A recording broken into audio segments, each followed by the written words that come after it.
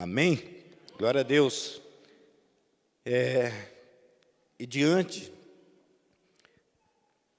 desse tempo que nós passamos de guerra, de luta, foi travada uma luta muito grande no sábado à noite, muito grande mesmo.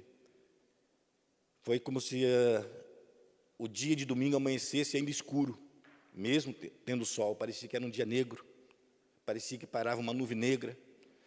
Nós estávamos lá no Shekinah, né, com jovens, ajudando na cozinha com jovens, e a minha filha chegou e falou assim: pai, vocês como avós, que estava eu, a minha esposa e os avós, os pais do Rafa, vocês como avós estão no melhor lugar, é onde manifesta a glória de Deus, então orem.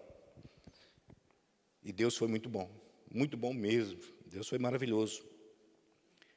E naquele momento, Deus me deu essa palavra já, lá no Shekinah mesmo, conversei muito com Deus. A única coisa que eu pedia para Deus é: Deus, não deixa eu esmurecer, não deixa a minha fé ser abalada. Só não deixa isso. Eu continue chorando, eu continue triste, eu continue abatido, mas crendo. Não me deixe deixar de crer. Espírito Santo me ajuda a não crer somente nos médicos, porque o Senhor pode conduzi-la aos médicos, mas que eu creia principalmente no Senhor, no seu poder. E muitas vezes nós somos abalados nesse sentido. Muitas vezes vamos ser abalados. Muitas vezes vamos ser mexidos por uma situação e que vai te colocar frágil, de uma maneira frágil. Mas você vai ficar de uma maneira delicada, eu vou ficar de uma maneira frágil e delicada. E isso é natural. Mas a única coisa que nós temos que pedir, a única coisa que Deus pede: não esmoreça, não desista. Não desista. E Deus me deu essa palavra mesmo lá no Shekinah, quando eu falava muito com o Senhor falava assim: lembre-se, filho, que você é um vaso de barro. Lembre-se que você é um vaso de barro. A excelência desse vaso sou eu, ele falava, sou eu. Lembre-se somente disso, que a excelência desse vaso sou eu. Muitas vezes, quando nós estamos passando por esse período de luta, de guerra, acabamos esquecendo de que a excelência de Jesus, a glória de Jesus, a presença de Jesus está dentro desse vaso, e é esse Jesus, essa glória, essa manifestação que tem que ser primícia naquele momento. Por mais que seja difícil, por mais que a gente se sinta até abalado, parece que estamos passando um terremoto, parece que o dia não tem mais 24 horas, parece que o dia tem 48 horas, parece que não acaba mais. Mas é um momento que o Senhor pede como soldado, porque a palavra de Deus diz que nós somos soldados de Cristo. E como um soldado, todo soldado ele é preparado para uma guerra. Ele não é simplesmente lançado para uma guerra. Ele é preparado para uma guerra. E um soldado, mesmo preparado, quando ele vai para uma guerra, ele sofre. Ele passa necessidades, ele passa frio, ele passa fome, ele fica até sem vestes, descalço. Mas a única coisa que esse soldado, que não pode acontecer com esse soldado, é ele desistir da guerra e voltar sem a sua arma, desarmado, abatido, derrotado. É a única coisa que não pode acontecer com esse soldado. E nós, como soldados de Cristo, não é diferente. Nós vamos passar por lutas, vamos passar por tribulação, e como vaso fraco que somos, nós temos que entender que a excelência de Cristo, a presença de Jesus, dentro desse vaso frágil, o Espírito Santo dentro desse vaso frágil, ele tem que prevalecer. Porque se ele não prevalecer, esse vaso pode quebrar, porque é frágil. Em Apocalipse, capítulo 3, versículo 8, Deus fala assim: eis que eu ponho uma porta aberta sobre ti, sobre vocês, mas reconheço que vocês têm pouca força. A nossa força como seres humanos, como criaturas de Deus, ela é limitada. Ela é limitada. A nossa fé não, a nossa fé ela tem que estar sempre sobremaneira alicerçada, forte, porque fé é crer. E se eu creio, como nós acabamos de louvar agora, sim, eu creio em ti, o Deus do sobrenatural.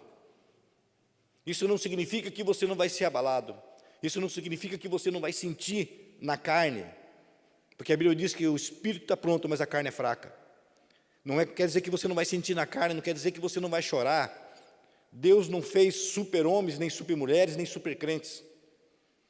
Deus ele tem filhos. O reino de Deus é construído por uma família. Deus ama a família a ponto de ter uma. Nós amamos nossos familiares, por isso Deus nos deu, para que a gente possa zelar, cuidar, chorar se preciso for por eles, interceder, guerrear. Assim é Deus com a sua família. Da mesma forma que você sente pela sua família, da mesma forma que você sente pelos seus parentes, pelos entes queridos, por quem quer que seja, aquele que você ama, Deus sente pela sua igreja, e muito maior e com poder. Nós somos limitados, Deus não é limitado. Não há barreiras para Jesus, não há obstáculos para Jesus. Tudo é transponível. Deus pode passar, entrar em todos os lugares. Assim como oramos agora por essas duas meninas. Uma eu sei que é recém-nascida, a Ana Clara, não sei. Eu creio que o Deus do sobrenatural, o Deus da igreja, o Senhor dessa igreja, o dono da família de Cristo, o dono dessa igreja, da família de Cristo, ele entrou lá e operou o milagre. Porque não sou eu sou um vaso de barro. Eu só posso orar, eu só posso interceder, eu só posso chorar, eu posso me debruçar, eu posso fazer todas essas coisas, mas quem vai operar é Jesus. Amém? E um vaso, ele tem a sua fragilidade.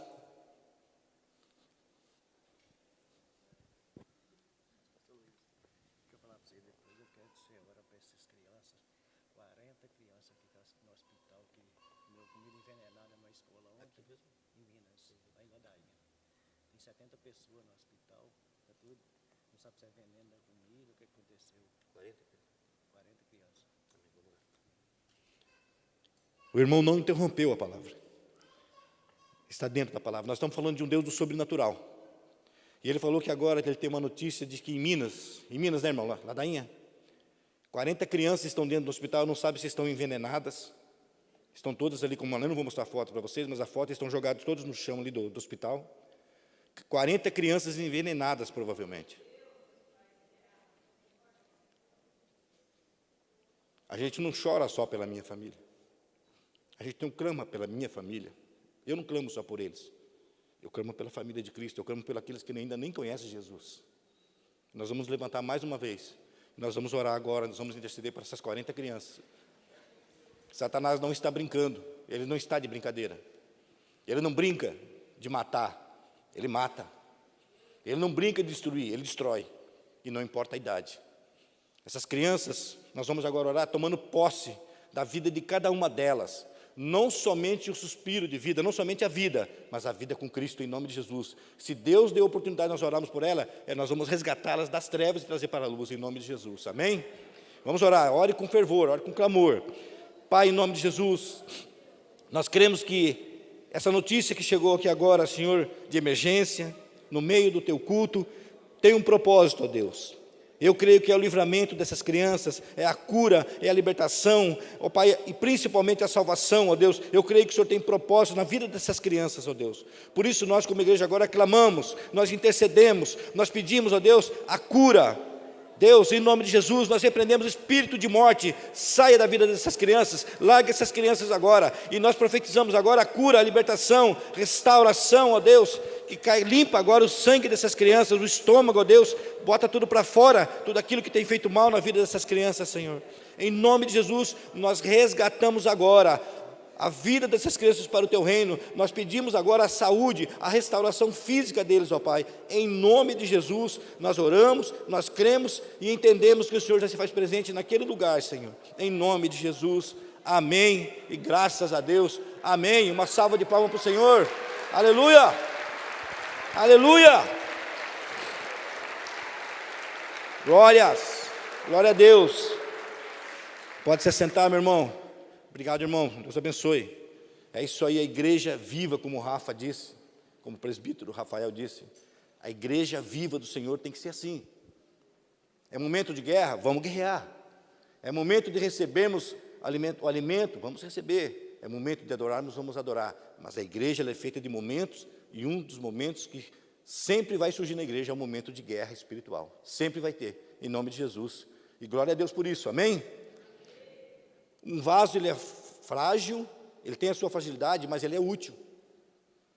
Nós somos o vaso frágil que a Bíblia diz. Mas nós temos utilidade para Cristo, mesmo sendo frágil.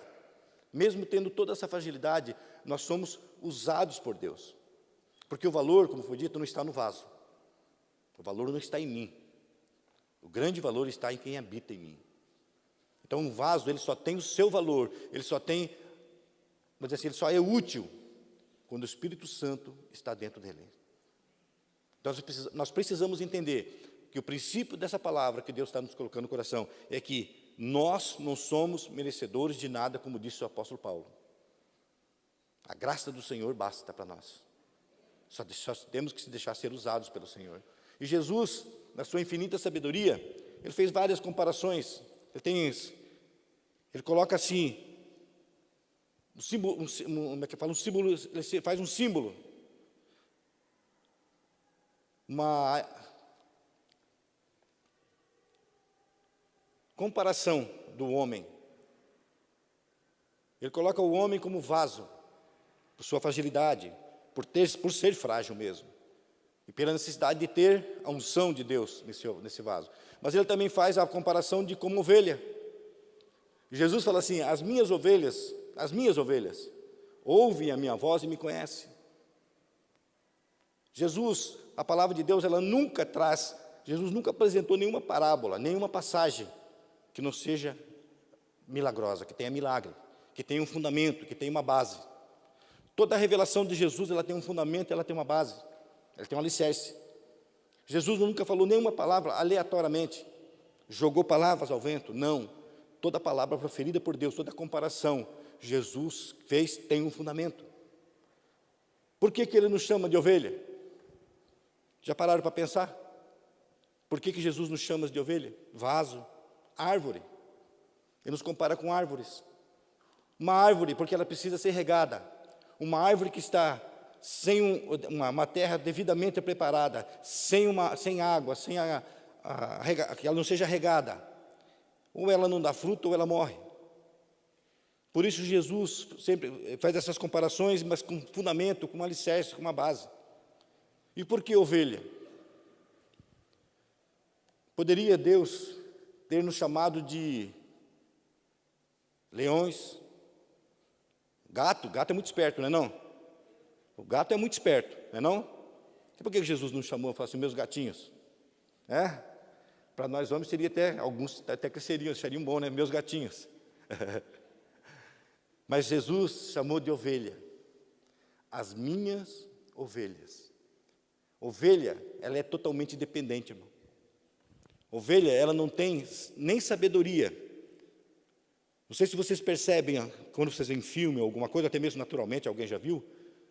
Quando se cria ovelha, o criador, o pastor que cria essas ovelhas, muitas vezes ele tem que treinar, ele treina uma ovelha, que ele separa, que seja mais espertinha, que tem um pouco mais de sabedoria, e aquela ovelha ele treina ela mudando de pasto, que ela vá caminhando, que ela troque, faz um caminho, se ela tiver que passar por uma cerca, alguma coisa que seja mais difícil, ele treina aquela ovelha para passar.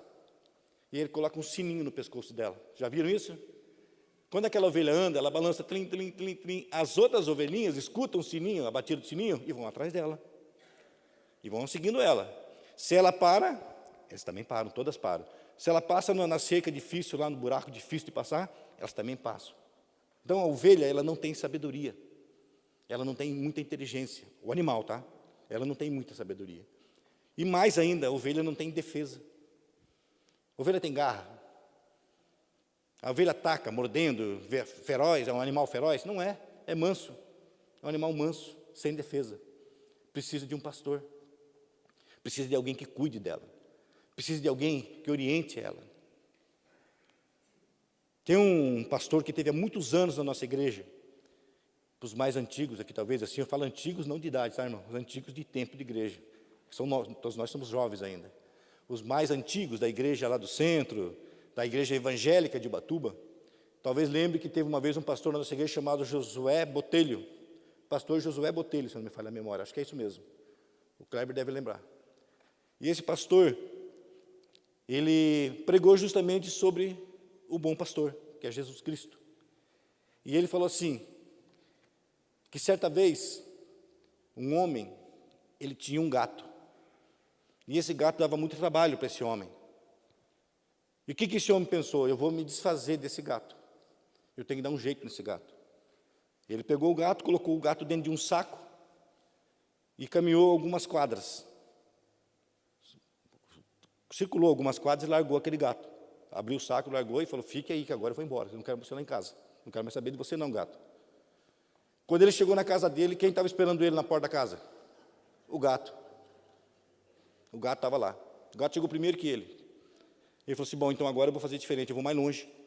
Caminhou várias ruas, foi longe. Largou o gato e saiu correndo. Falou, agora ele não me acha. Quando ele chegou na porta da casa, o gato. O gato chegou primeiro que ele, porque é muito esperto. O gato é muito esperto. Ele falou, bom, então só tem uma solução. Esse gato não volta mais agora, porque agora eu vou dar um jeito nele. Pegou o gato, entrou pela mata, como nós vemos aqui assim, entrou pela mata e andou muito dentro da mata. E largou o gato, falou, agora eu quero ver você voltar. Ele começou a olhar para os lados, olhava para os lados.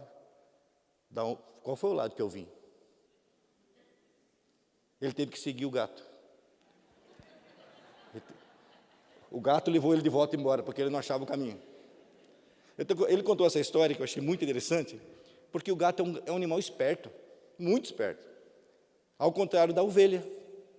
Porque se Jesus tivesse dado esse mérito a nós, essa honra, não sei se seria uma honra, mas eu falo assim, de ser espertos como um gato, como o gato é, será que nós seríamos dependentes de Jesus? No momento que a Julinha estava enferma, será que nós clamaríamos? Ou falaríamos, não, nós vamos resolver isso aí. Nós somos espertos, nós temos sabedoria, nós não precisamos. Ou melhor, muitos até agem como um gato. Eu tenho dinheiro no banco, eu posso resolver qualquer coisa. Eu tenho uma situação financeira, eu tenho uma alicerce firme na minha vida financeira. Então nada pode me abalar. Se alguém ficar doente, eu tenho dinheiro para pagar os melhores médicos. Tem ou não tem pessoas assim ainda? Tem. Que não são dependentes de Jesus. Ainda não se tornaram ovelhas. São gatos.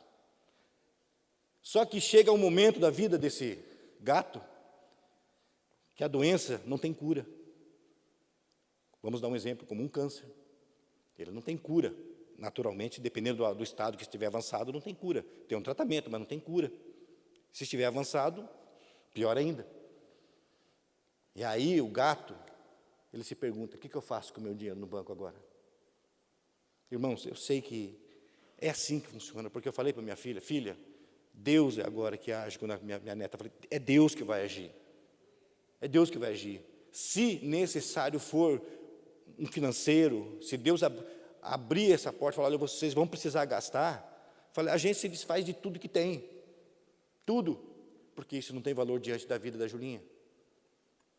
Mas o dinheiro não resolve. Nem sempre ele vai resolver. Na verdade, quase nunca ele vai resolver.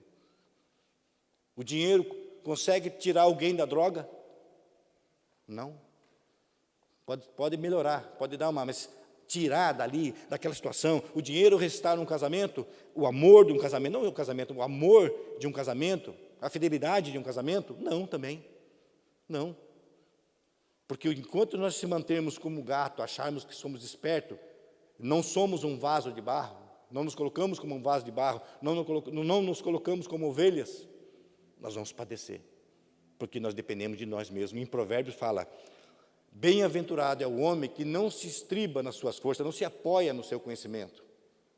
Esse é mais do que feliz, porque ele confia em Deus. A confiança tem que estar em Deus, como vaso de barro. Mas isso não significa que nós não vamos ter os dias negros, aquele dia em que vai parar aquela nuvem negra, aquele dia em que nós vamos nos sentir abalados, aquele dia que vamos nos sentir tristes, aquele dia que vamos estar até desanimados. Isso não significa que isso não vai acontecer. O cristianismo, Jesus, o cristianismo, a palavra que chegou até mim e até você, ela não elimina as nossas fraquezas. Não elimina. Ele nos dá força para passar.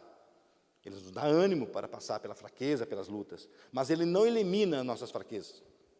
Porque continuamos sendo ovelhas. Amém? Você não é um fraco. Você é uma ovelha. Você sabe qual é a única defesa que a ovelha tem? Existe uma defesa. Que não é uma garra, não é um ataque, mas é uma defesa. É o coice. Então nós somos bem ovelhas mesmo. Jesus Cristo acertou na mosca, não acertou não? Você sabe que a ovelha, se for arrancar os carrapichos dela, quando pega ela ali largada, tirar, lavar, limpar, deixar ela bonitinha, você está fazendo bem, você corre o risco de levar um coice dela. Porque a única arma que ela tem é o coice. Certo pastor, que eu não lembro o nome dele, se era o Dair, se não me falha a memória, ele falou que ele fez um estudo sobre isso, o que é o coice da ovelha, por que a ovelha só tem um coice, e como é visto isso lá para o lado do Oriente Médio, para o lado onde Jesus nasceu, do povo judeu, da Grécia. Ele falou assim que há um lugar, um determinado lugar, no Oriente Médio, em que o coice da ovelha é chamado de murmuro. Eu não conheço, eu ouvi dele, diz que é murmuro. Será que é por isso que Jesus fala que nós somos murmuradores? Coiceamos a Deus? Jesus está tratando, está curando, está tirando os carrapichos, e a gente fala, não mexe aí, Jesus, porque aí está doendo. E aí eu não quero que mexa nisso, não. Aí Jesus chega e fala assim, não, filho, eu vou tratar na área do perdão. Não, aí o senhor não mexe, porque aí não vai mexer. Eu vou coicear, se mexer eu vou coicear. Eu vou rejeitar. Eu estou dando essa introdução para que a gente entenda a nossa dependência de Jesus. Seja ovelha, como Jesus falou. Seja uma ovelha que aceite, uma ovelha mansa, uma ovelha que aceite o tratamento de Jesus, uma ovelha que ouça a voz do seu mestre, como ele disse, as minhas ovelhas ouvem a minha voz e sabem que sou eu que estou falando. As minhas ovelhas sabem quando é o pastor Jesus que está falando. Mesmo que seja na correção, que para falar a verdade eu gosto da correção de Jesus. A minha mulher também gosta quando ele me corrige também. Ela fala, quando eu levo uns puxões de orelha, ela fala, eu gosto quando ele faz isso. Eu falo, eu também gosto. Tem hora que dói, mas é bom. Que a Bíblia diz que Deus corrige aquele que ama e açoita aquele que recebe por filho. Sinal que eu sou filho e sinal que ele me ama. Amém? Então, ser ovelha é ouvir o mestre, ser tratado pelo mestre e ser dependente do mestre, do pastor Jesus. Amém? Glória a Deus. Os profetas e discípulos, os profetas do Senhor, os discípulos de Jesus, todos eles passaram por adversidades, todos, sem exceção. Todos eles tiveram as suas dificuldades, todos eles provavelmente choraram, todos eles provavelmente clamaram, todos eles talvez até chegaram a questionar a existência, como Jó, que passou por uma prova muito grande, todos eles, e até mesmo Jesus, o Jesus homem, o Jesus aqui na terra, ele passou por momentos difíceis. Um deles é quando ele estava no Getsemane, ele estava ali orando ao Pai, e ele falou, Pai, sabendo do que ele ia passar, sabendo do que o homem Jesus ia passar, Pai, se possível, afasta de mim esse cálice, mas que não seja feito a minha vontade, porque eu sou ovelha do Senhor também agora, Pai, mas que seja feita a sua vontade. As lutas virão, os problemas virão, mas o que Jesus pede, não desfaleça, não perca a fé. Amém? Glória a Deus. Então estamos sujeitos a passar por todas as coisas. Não existe um super crente, não existe um super homem, um super mulher, um super crente, não existe. Existem homens e mulheres com o poder de Deus e com a solução, com a vitória na mão de Deus. Isso existe. E esses somos nós, a igreja de Cristo. Amém? Abra a tua Bíblia comigo agora em 2 Coríntios. 2 Coríntios.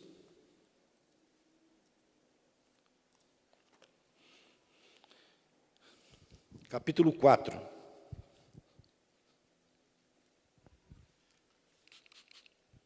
De vez em quando vocês vão me ver apertar é composição de mel, própolis e gengibre para a garganta, tá?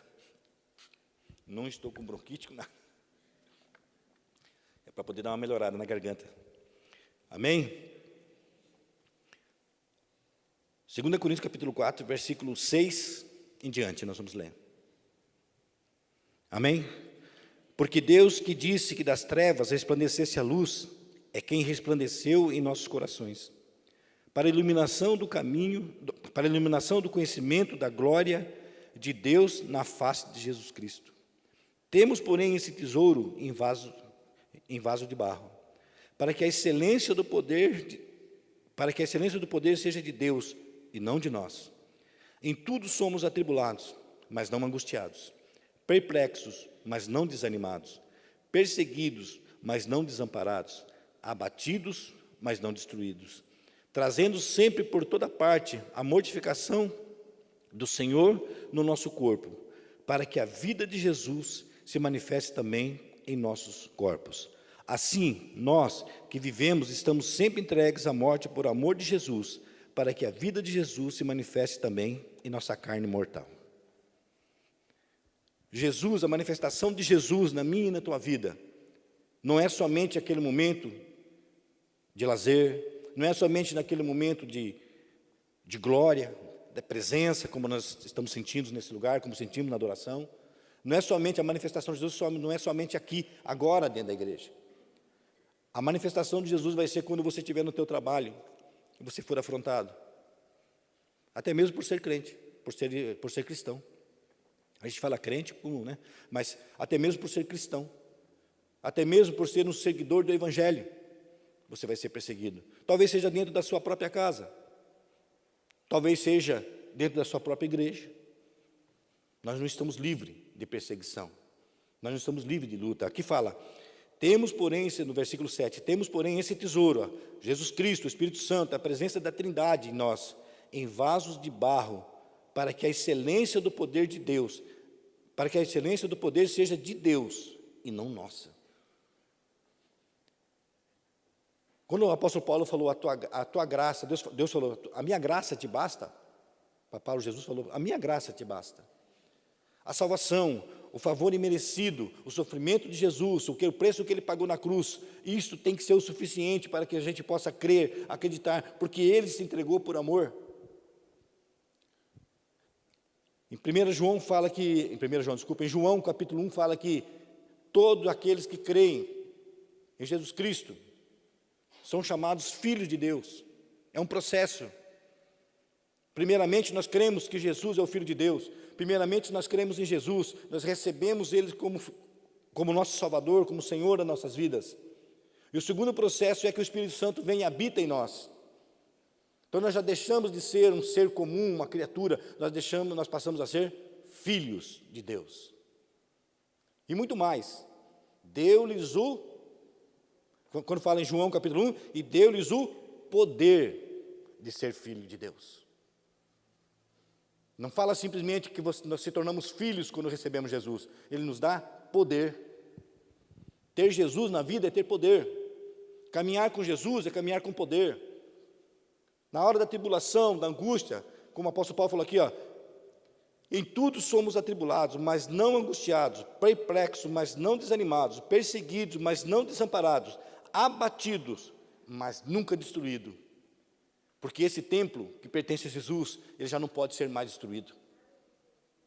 Pertence a Jesus, e se ele pertence a Jesus, eu sou eterno com o Senhor. Esse corpo, essa carne pode padecer, mas a minha alma, ela pertence a Jesus, o meu espírito é do Senhor. E a nossa passagem aqui nessa terra, como a Bíblia nos ensina, a palavra de Deus nos ensina, ela é passageira, é momentânea. Às vezes a gente fala assim que 100 anos é um tempo bom de vida. É ou não é? 100 anos é um tempo bom de vida, não é? É um tempo bom. 120, 130 estão chegando. A gente fala assim, né? Uau, 130 anos viveu. Só que a Bíblia diz que para Deus, 100 anos é como 1000 dias como 100 anos. Deus não conta tempo. Não interessa para Deus se eu vou viver 100 anos. Não importa para Deus se eu vou ficar 200 anos aqui nessa terra. O valor que tem para Deus é a presença dEle em mim. É a manifestação do Espírito Santo através da minha vida. Isso tem valor para o reino. Porque se eu viver 100 anos sem Jesus, foram 100 anos sem vida. Sem vida, porque a vida, a real vida, a verdadeira vida está em Jesus. Eu posso viver 100 anos, como eu disse. Talvez nesses 100 anos sem Jesus. Uma vez um presbítero, ele falou uma palavra que no começo, quando eu escutei a primeira vez, aquilo me ofendeu até, mas depois eu entendi o que ele disse.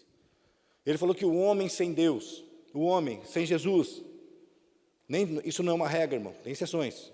Ele disse, por isso que depois eu entendi que havia exceções, que não era uma regra. O homem sem Deus é como um saco de lixo furado, ele falou. Ele caminha deixando o lixo para trás. A princípio eu fiquei meio assim porque eu não entendi. Falei, tem pessoas, claro que tem pessoas que não são assim. Mas depois eu entendi o que ele quis dizer. Ele está falando do reino espiritual.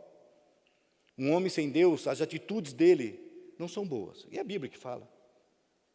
Por mais bonzinho que eu seja, por mais certinho que eu seja, dentro do reino, isso não vai ter tanto valor. Meu testemunho tem valor, mas isso não vai ter tanto valor quanto a presença de Jesus, a manifestação de Jesus através da minha vida. A presença de Jesus na igreja. Essa igreja, sem a presença de Jesus, ela seria o quê? Uma reunião de pessoas. Poderíamos tomar um café, poderíamos ter umas conversas boas, um assunto bom. Poderíamos, seria uma reunião, talvez até agradável. Mas sem Jesus, sem a manifestação de Jesus, é uma igreja, como diz a palavra, morta, de obras mortas. Agora, com Jesus, tem que haver manifestação de poder. O paralítico tem que ser curado, o cego, o surdo, o mudo. A doença tem que ir embora. Porque há manifestação de poder nos filhos de Deus. Nós somos vaso de barro, sim, frágeis, mas com a unção de Deus nós somos mais do que vencedores, diz a palavra. Com a presença de Jesus nós não somos vencedores, nós somos mais do que vencedores. Por Jesus Cristo que nos amou e nos ama. Então, como vaso de barro, a excelência de Jesus está em nós. E aprove a Deus olhar do céu, olhar para mim, olhar para você, olhar para o pastor Luiz, que hoje é pastor Luiz, mas olhar para o Luiz, praticamente alcoólatra, olhar para o Luiz, um desordeiro, um briguento, falava muitas palavras torpes, olhar para aquele homem e falar assim, Deus, por mais que ele seja dessa forma, eu tenho um projeto para ele, eu tenho uma obra na vida desse homem. Esse vaso todo rachado, esse vaso todo trincado, ele vai descer lá no oleiro. Eu vou levar ele para o oleiro. Ele vai ser restaurado. E eu vou usar esse vaso. Com toda a minha fragilidade, que ainda tenho, com toda a minha sensibilidade de entender de que eu posso chorar, de que eu posso ficar triste, mas a excelência de Jesus faz a diferença. A fé que eu tenho em Jesus vai fazer a diferença. Isso vai mudar a minha vida. Isso vai mudar a história da igreja aqui na terra. A excelência de Jesus na minha e na tua vida. Amém? E muitas vezes nossa fé, ela é provada. Eu tenho fé? Eu tenho fé. Eu acredito em Jesus Cristo, como nós cantamos, acredito, creio em Jesus Cristo, creio, mas muitas vezes nós vamos ser provados por Deus. Até onde eu creio? Como já foi dito, até ainda restar um pouquinho lá na conta bancária, eu creio. Eu creio que no meu armário está abastecido com alimento, que eu olho e falo, não está faltando nada, eu creio em Ti. Ou então, quando a minha família está toda com saúde, que eu olho e falo, que bênção, glória a Deus, Senhor, eu creio em Ti. Ou quando as coisas começarem a acontecer, as adversidades começarem a surgir, e eu tenho que declarar da mesma forma, Senhor, eu creio em Ti. Senhor, o Senhor pode reverter esse quadro. Senhor, eu dependo de Ti. Senhor, eu posso estar agora no pó como Jó, mas viva o meu Redentor. Como ele disse, nu eu vim, nu eu voltarei. Vive o meu Redentor, vive o meu Senhor. Ele é o Senhor da minha vida. Não importa o que eu tenho ou deixe de ter, não importa como Jó, não importa que eu tenha perdido até a minha família, meus filhos, mas vive o meu Redentor. Ele deu, Ele tomou. Talvez a gente conseguisse, chegar ao patamar, ao ponto de Jó, ao patamar de fé de Jó, que é o que eu peço a Deus, que eu quero chegar até lá. Não cheguei, mas eu quero chegar. Eu espero que enquanto eu tiver vida, Deus me leve a esse patamar de fé que Jó tinha, e tem até hoje, né, que eu creio. Que esse patamar de fé de acreditar, mesmo na perda, mesmo nas maiores perdas. Quem já perdeu um ente querido, alguém da família aqui? Eu creio que a maioria de nós, né? Muitos de nós já perdemos. Eu ainda não perdi da minha sequência, da minha família, mas já perdi minha mãe, já perdi meu pai, já perdi um irmão. Isso é dolorido, meu irmão. Nós somos espírito, alma e corpo. O que não podemos é deixar que essa situação nos leve ao caos, a desanimar, a desistir de Jesus. Porque Eu já ouvi falar que, certa vez, um irmão já chegou e falou para mim, aquela pessoa morreu, tem um irmão da igreja, que era da nossa igreja, que ele faleceu, morreu do quê? Ele morreu de câncer, teve 4 tumores no estômago. O quê? 4 tumores? Mas ele não era filho de Deus, ele não era da igreja? E para morrer, para ser filho de Deus, tem que morrer dormindo? Seria bom, né? Você deitar e não acordar mais, do gostoso, do quentinho, né, que está fazendo frio, se cobrir e não ter mais notícia nenhuma, já está lá na glória. De alguma forma, nós vamos partir, meu irmão. A palavra de Deus fala que Deus se alegra na morte dos seus santos, está em Salmos. Deus se alegra na morte dos seus santos. Quando um filho de Deus ele parte para a glória, a festa no céu. É lógico que nós vamos sentir, é lógico que nós vamos chorar, é lógico que aquela pessoa vai fazer falta. É evidente, porque nós somos alma, nós temos sentimentos. Dá licença um pouquinho, irmão. Nós temos sentimentos, nós não somos robôs. Deus não fez robozinhos que ele possa falar, agora você chora, agora você ri, agora você dança, agora você pula. Não. Deus ele nos emociona e nos impulsiona a fazer aquilo que agrada a Ele, mas como alma e como pessoa, nós vamos sentir, nós vamos ter sentimentos. Por exemplo, nós vamos ter um momento de festa, que é o batismo. É um momento de emoção. Eu me alegro, eu choro. Eu vejo ali, sabe, eu sinto a presença de Jesus, a restauração de Jesus. É um momento de milagre. Eu vou me emocionar. Os pais vão se emocionar com os filhos. Nós temos uma boa quantidade de adolescentes, glória a Deus por isso, que vão se batizar, né? É a nova geração que está se levantando. Então a gente se emociona, a gente não é um super crente, a gente não é um super homem. O Evangelho, ele não eliminou a nossa fraqueza. Nós continuamos fracos, e ainda bem, porque somos dependentes. Amém? Glória a Deus. Então, abre comigo agora em Tiago. O Senhor, Ele prova a nossa fé.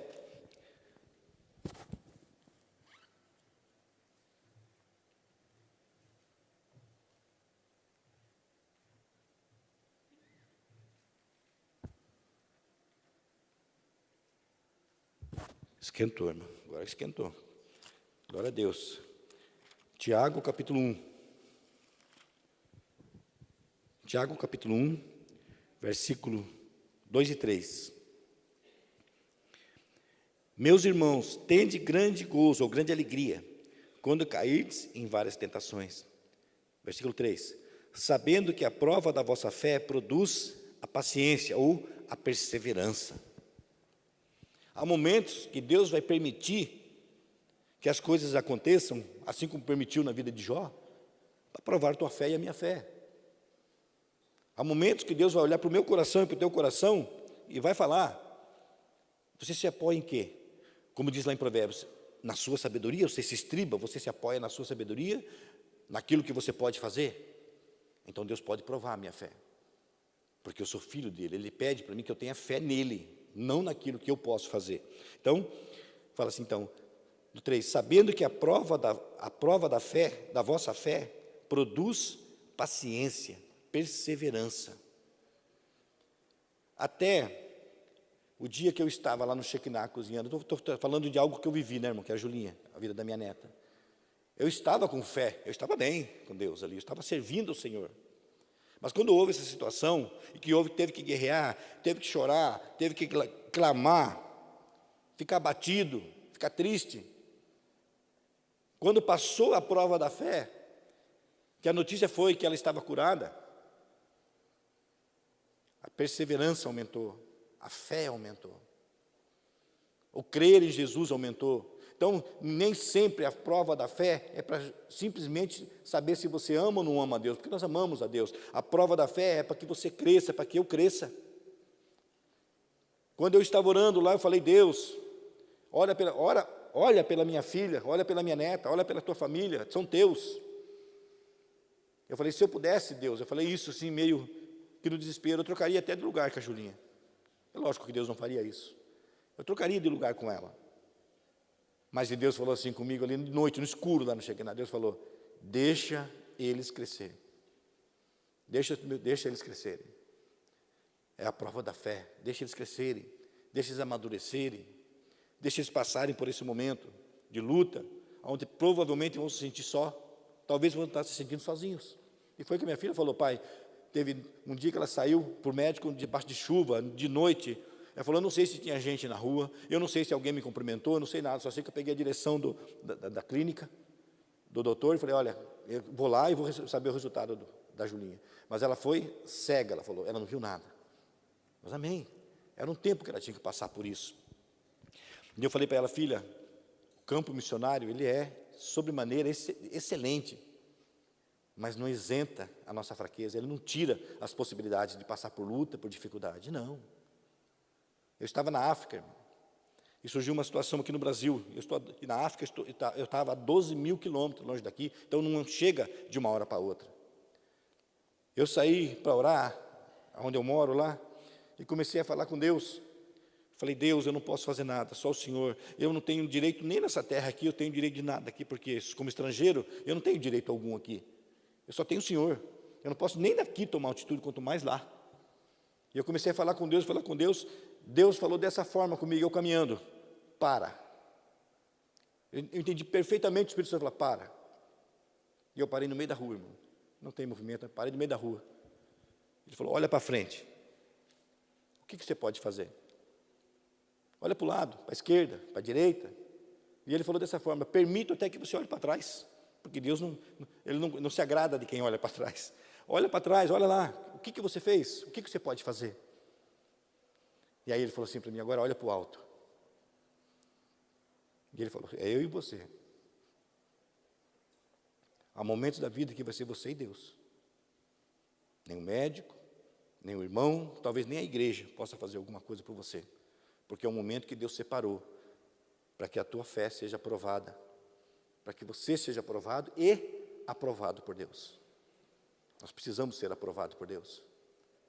Para entrar no reino, para ser participante do reino, tem que ser aprovado. E é um processo, é uma caminhada. É um processo de prova, de caminhada de fé. Então, e nem sempre, às vezes não entendemos muito bem o que é fé. Lá em Romanos, ou em Hebreus, fala assim, em Hebreus 11, a fé é o firme fundamento. O que é um fundamento? Um alicerce de uma casa é um fundamento, é uma base que sustenta peso. Amém? O que sustenta uma casa é um alicerce. Alicerce, todos sabem que é alicerce, amém? Um fundamento, uma base, um alicerce, uma rocha.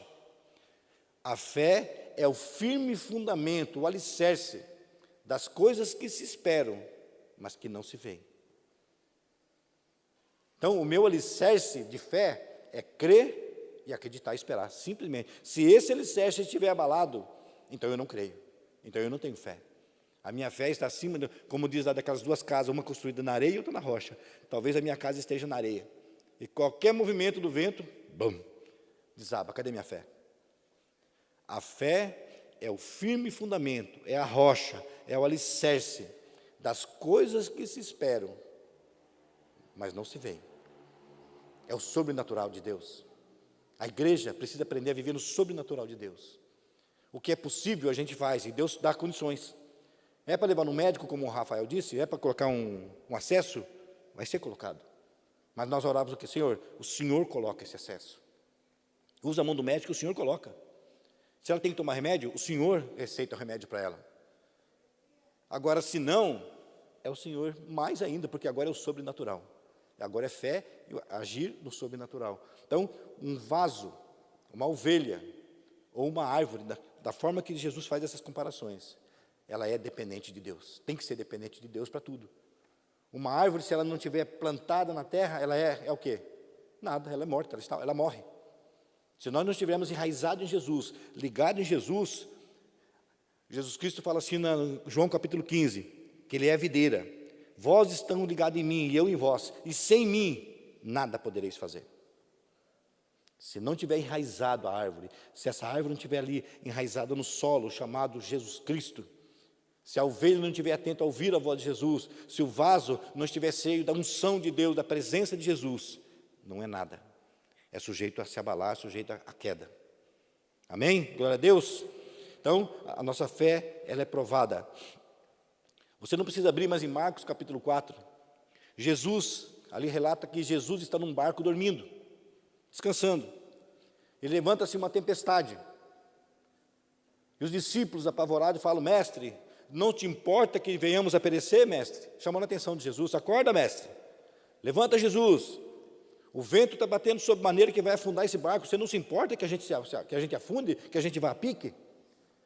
Jesus acorda. Eu gostaria de estar, por mais que então, provavelmente eu ia ser como os discípulos, ia passar por um nervoso no meio daquilo ali, né? Que eu não sou muito chegado à água e a mar. Mas Jesus Cristo levantando, né, talvez até se espreguiçando, porque era natural, estava deitado ali no chão do barco, falar: aquieta-te vento, aquieta-te mar. E houve bonança, aquilo parou, cessou. Aí chega a ver Jesus Cristo agora conversar com os discípulos. Fala: por que sois tímidos ainda? Não tendes fé? Ainda vocês não têm fé? Por que Jesus chamou a atenção desses discípulos, chamou eles de tímidos? Na verdade, tímidos significa medrosos. Tem uma outra tradução que fala: por que vocês são medrosos? Vocês não têm fé ainda? Irmão, o mestre estava ali. O mestre que, como nós cantamos, o que cura, o Deus de milagre, estava ali no barco.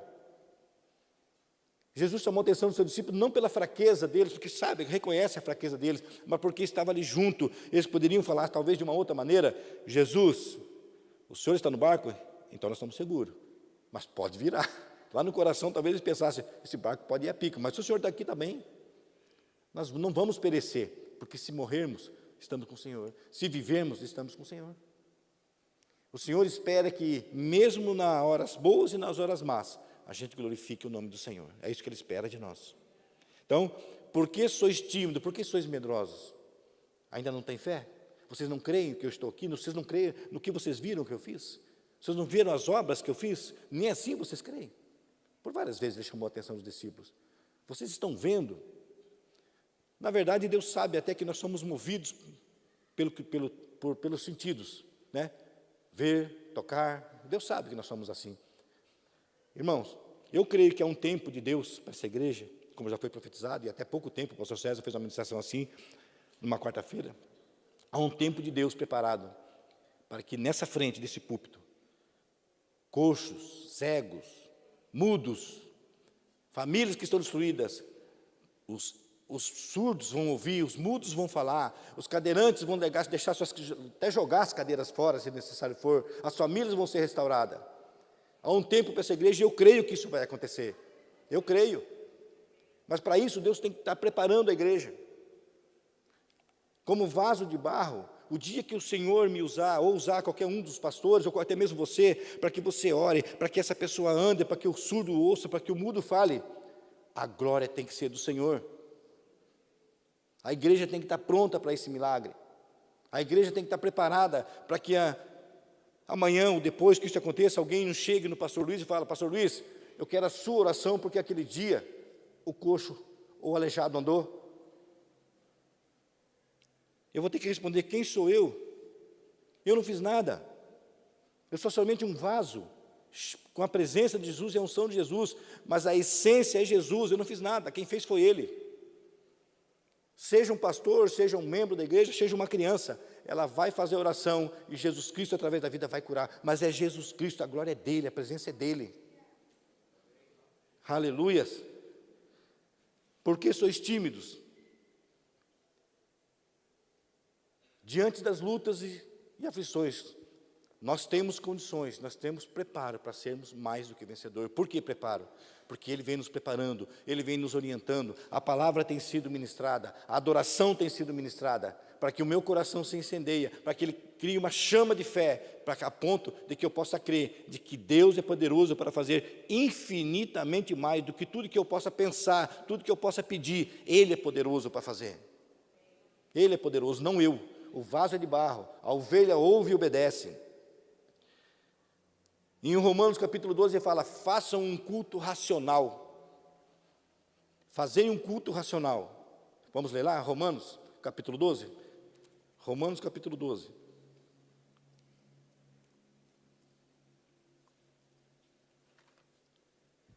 Romanos capítulo 12, versículo 1 e 2.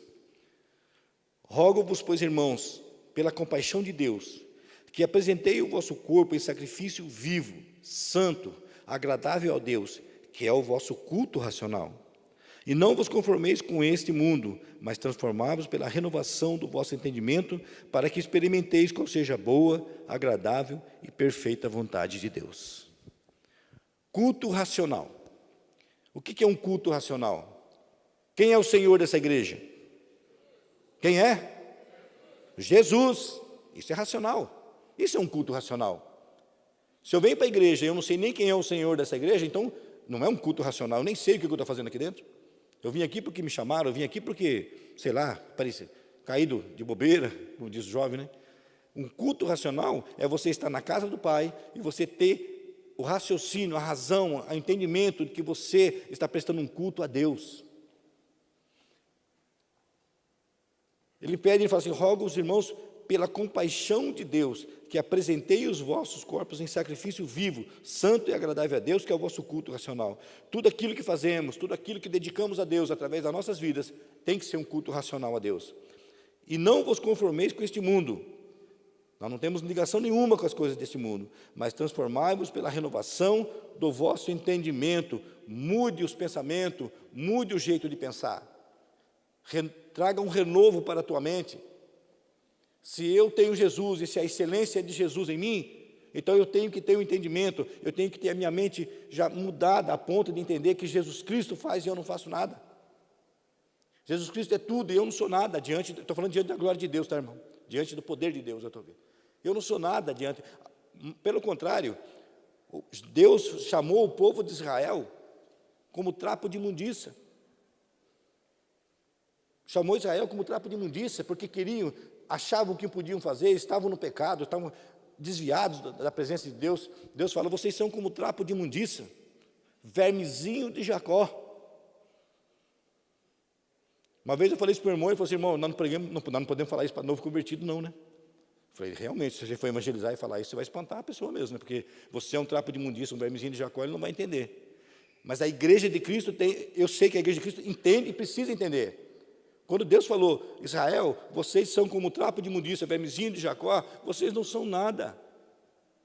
Vocês não podem fazer nada. Jesus Cristo falou, sem mim, nada vocês vão poder fazer. Sem Jesus, nós não somos nada. Eu era um nada sem Jesus. Eu não tinha destino, eu não tinha futuro, eu não tinha perspectiva de vida, eu não tinha nada. A minha vida só mudou quando Jesus Cristo entrou, quando Ele me fez um vaso com a essência que é Ele. Aí a minha vida mudou.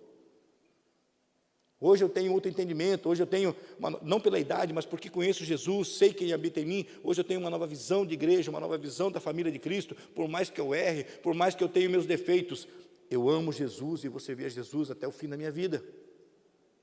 Amém? A essência é Jesus. Para finalizar, irmãos, a gente está chamando os irmãos do louvor, o grupo de louvor? Abre comigo em Coríntios. 1 Coríntios.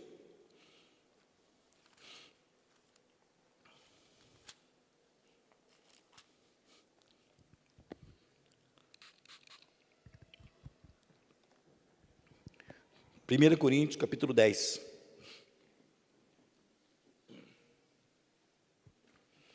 Primeira Coríntios, capítulo 10, versículo 13.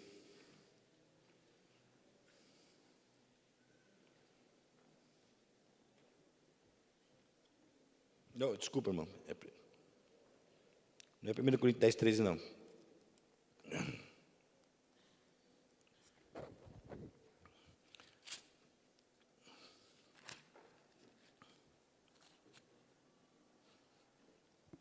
Eu acabei marcando aqui errado. Não é 1 Coríntios, mas Deus fala assim, que Deus, Ele não dá um fardo maior do que você pode carregar. Assim Jesus disse. E em Coríntios fala assim, que em meia tribulação, em meia luta, sempre haverá um escape. Deus sempre abrirá uma porta. Deus nunca vai fechar as portas para mim nem para você. Por mais que você esteja passando num período mais triste da tua vida, por mais que você esteja num período mais grande de luta que você já passou, por mais que a sua necessidade seja maior hoje do que foi antes, Deus Ele sempre vai te dar o escape. Deus nunca vai permitir que aconteça algo com você que Ele não te avise antes. Nunca. É lógico que eu preciso estar atento, sensível à voz de Deus. Mas a Bíblia diz que Deus não deixa acontecer nada na minha e na tua vida sem antes Ele te avisar.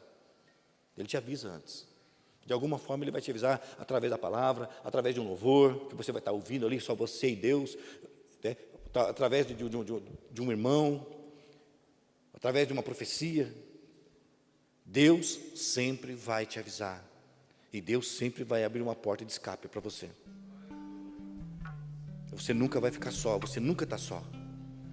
Jesus Cristo falou assim: eu nunca deixarei você só, nunca. Jesus está aqui.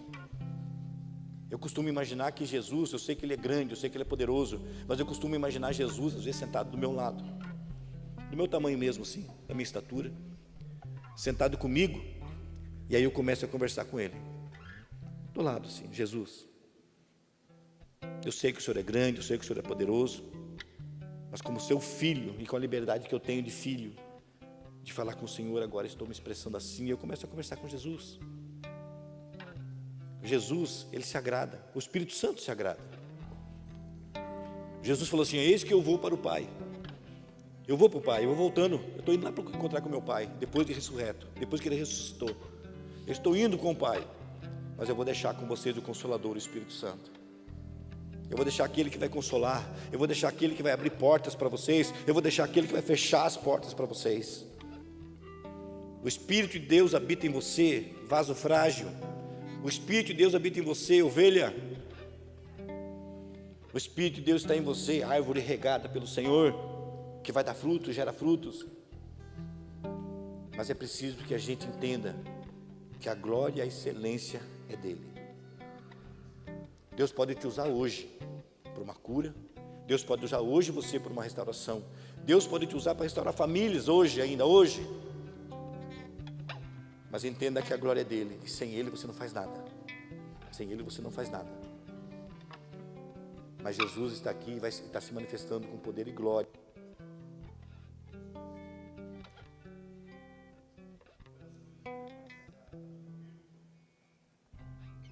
Alô, alô. Uma das coisas que Deus mais se agrada é da alegria do seu povo. Deus, ele se alegra em ver você alegre. Deus se alegra em ver você lutando, mas não desanimado, desanimado, mas não abatido. Deus se alegra.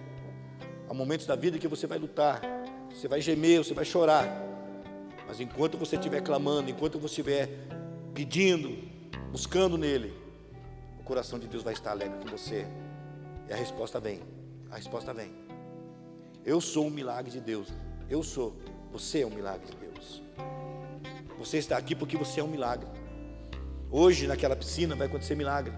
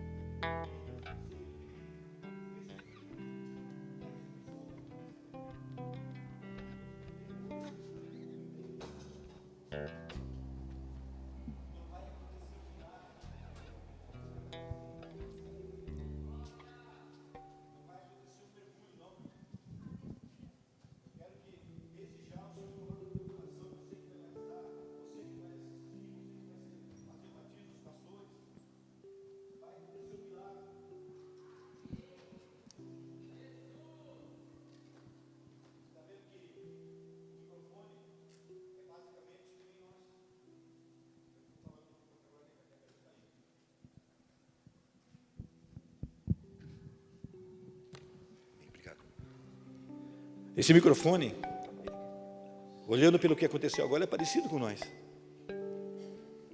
A pilha é o Espírito Santo. A pilha aqui é o Espírito Santo. Sem a pilha, para que serve isso aqui? Nada.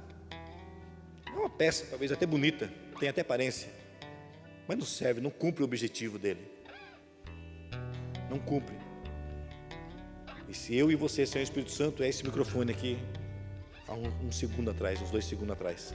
Não serve para a finalidade de Deus, para o que o Deus precisa usar. Amém?